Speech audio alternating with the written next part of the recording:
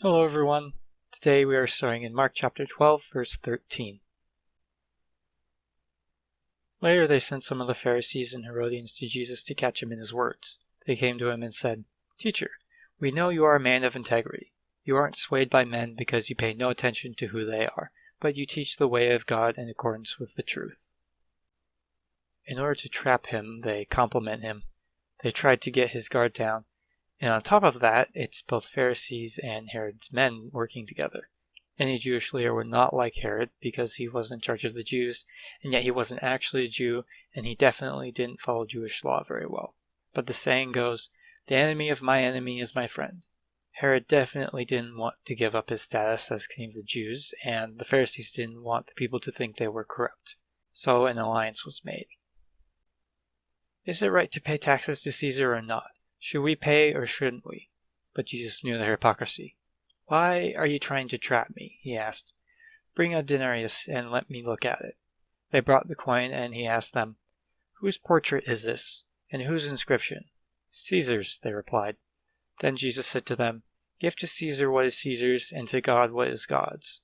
And they were amazed at him. Jesus knew that he was in a losing battle, but he never stopped telling the truth. If he said they shouldn't, he would be an enemy of Rome, and if he said they should, he would be an enemy of the Jews. But Jesus answered in a way where he wasn't really choosing sides, he just told the truth. Jesus never ever told us to rebel against our governments. I know that's hard for some Christians to grasp, because they're idiots, and it would make them more upset to know that taxation is actually not theft. Jesus says to give to God what is God's. You may be wondering what that means, but it's actually pretty simple. We are made in the image of God, so therefore we should give ourselves to God. We live our lives for Him. Then the Sadducees, who say there is no resurrection, came to him with a question. "Teacher," they said, "Moses wrote for us that if a man's brother dies and leaves a wife but no children, the man must marry the widow and have children for his brother. Now there were 7 brothers. The first one married and died without leaving any children. The second one married the widow, but he also died, leaving no children. It was the same with the third. In fact, none of the 7 left any children. Last of all, the woman died too. At the resurrection, whose wife will she be, since the 7 were married to her?" Jesus replied, "Are you not in error because you do not know the Scriptures or the power of God? When the dead rise, they will neither marry nor be given in marriage. They will be like the angels in heaven.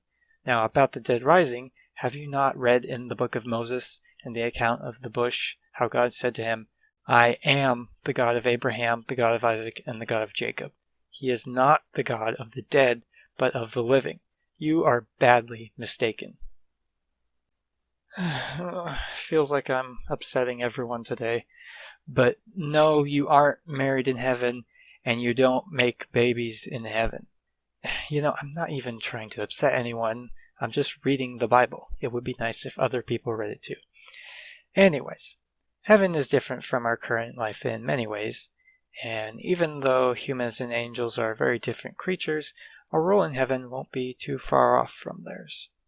Jesus knew his accusers very well and worded his words perfectly.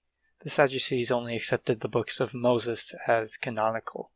So Jesus was like, okay, let's look at Moses' life then. When God addresses Moses, he said he is the God of Abraham, Isaac, and Jacob. Not that he was, but he is. That's good for us to remember as well. God didn't used to love your past family. He loves your family. He is the I am, not the I used to be. Jesus sometimes needs to repeat himself, because you might remember a story similar to this one from Luke, but it's probably the most important thing to know from the Bible, so of course it should be repeated.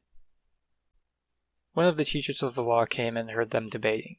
Noticing that Jesus had given them a good answer, he asked him, "Of all the commandments, which is the most important?" "The most important one," answered Jesus, "is this. Hear, O Israel, the Lord our God, the Lord is one. Love the Lord your God with all your heart, and with all your soul, and with all your mind, and with all your strength.